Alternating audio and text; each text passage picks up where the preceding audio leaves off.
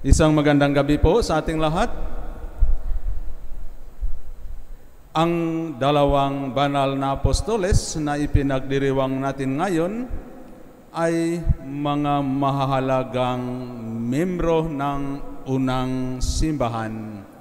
Sa aking paunang salita kanina, sinabi ko na sila po ang ipinagkatiwala ng ating Panginoong Hesus upang mamuno at magpatuloy ng kanyang misyon ng pagpapalaganap ng mabuting balita ng kaligtasan.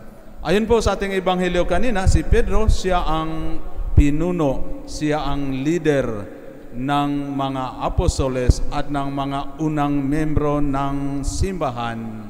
Kung kaya't, ibinigay po sa kanya ni Jesus ang susi ng kaharian ng langit. Simbolo po ito ng kapangyarihang ibinigay sa kanya bilang pinuno, bilang kauna-unahang leader ng simbahan. Alam po nating lahat na si Simon Pedro ay tinawag ni Jesus habang siya ay nangingisda sa lawa ng Galilea. At ganun din po, tinawag ni Jesus si Simon Pedro upang maging matatag ng bato ng simbahan na siyang sentro ng pagkakaisa ng simbahan.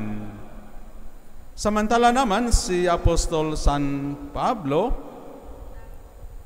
ay tinawag ni Jesus pagkatapos po ng kanyang muling pagkabuhay nung siya ay nasa kanyang paglalakbay papuntang lungsod ng Damasco upang arestuhin, upang pahirapan, upang patayin ang mga Kristiyano, ang mga tagasunod ng ating Panginoong Hesus.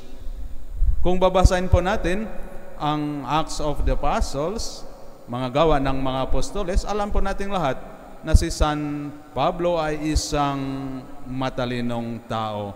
Siya po isang dalubhasa sa banal na kasulatan ng mga Hudyo, yung lumang tipan.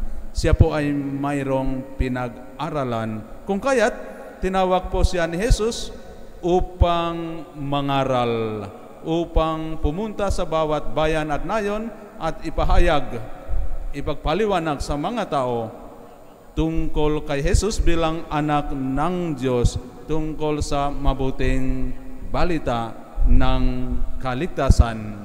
Kung kaya't mga kapatid, sa totoo lamang, magkaiba po ang pinanggalingan ng dalawa. Magkaiba rin po ang karanasan nila sa buhay. Si Simon Pedro ay isang mangingisda lamang, isang napakasimpleng at let's say karaniwang tao.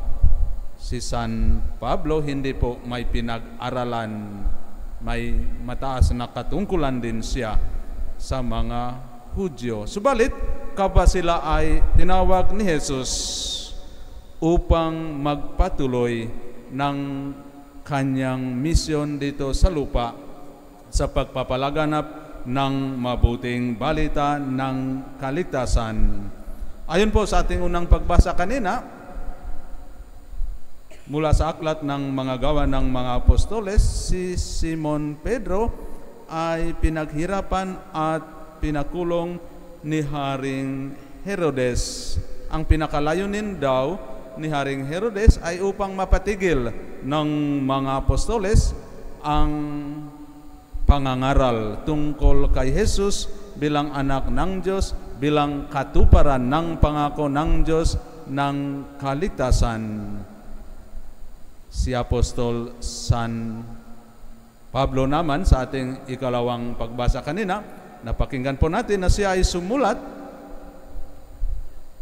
kay Timoteo nung siya ay nasa bilangguan at alam na niya na malapit na ang oras o araw ng kanyang kamatayan. At ganun nga po, pareho silang pinatay dahil po sa kanilang katatagan, dahil po sa kanilang pagsunod at dahil sa kanilang pangangaral sa mabuting balita. Kaya't alam po nating lahat, halos siguro po, na sa Roma, mayroon pong dalawang napakamalaking basilika na ipinatayo po ng ating simbahan bilang parangal sa dalawang dakilang apostoles na ito, San Pedro at San Pablo.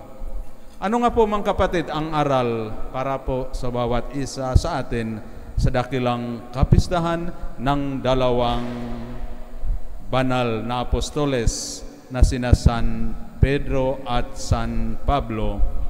Una po sa lahat, tandaan po natin ang pagiging miyembro ng simbahan, ang pagiging Kristiyano, ang pagiging Katoliko ay may kalakip na responsibilidad, may kalakip na pananagutan sa ating buhay na makibahagi tayo sa mga gawain ng simbahan sa pagpapalaganap ng mabuting balita na dapat ay mag-contribute po tayo, mag-ambak po tayo sa makakaya natin para sa ating simbahan. Ang pagiging Katoliko o Kristiyano ay hindi lamang magsimba araw-araw o tuwing araw ng linggo o kung kailan ang gusto natin, then bahala ng mga pare, bahala ng mga taong simbahan, kung ano-ano mang mga gawain, mission, apostolate o project ng simbahan ay hindi po ganon. Ulitin ko po, dapat ay mag-contribute din po tayo. Dapat po ay mag-ambak din tayo para sa ating simbahan, para sa ating relihiyon, sa mga gawain at mission ng simbahan. At ang ikalawa, sa ating pakikibahagi po sa mga gawain ng simbahan, tandaan po natin, meron po tayong kanya-kanyang kakayahan. Meron po tayong kanya-kanyang talento. Meron din po tayo kanya-kanyang kapal ng bulsa natin. Ano ho? Kung kaya't, dapat ay bigyan natin ng respeto ng anumang ambak, anumang contribution ng bawat membro para sa ikaunlad ng ating simbahan. Iwasan po natin yung feeling na ay mas malaki ang ambak namin, ang contribution namin, mas malapit kami sa pare, mas masipag kami kaysa iba. Ulitin ko po, ang pinanggalingan, ang kakayahan, ang talento ng dalawang dakilang apostoles na ating ipinagdiriwang ng kanilang kapisan sa araw na ito ay hindi po pare-pareho, magkaiba po. Subalit, ipinakita po ni Apostol San Pedro at San Pablo ang kanilang pagkakaisa. Ang unity in diversity. Yun po ang dapat maging larawan ng ating simbahan. Kung kaya't mga kapatid, dapat ay respetuhin natin. Dapat ay bigyan natin ng kahalagahan ang anumang contribution, anumang kakayahan na inialay, na ibinigay ng bawat membro ng ating simbahan.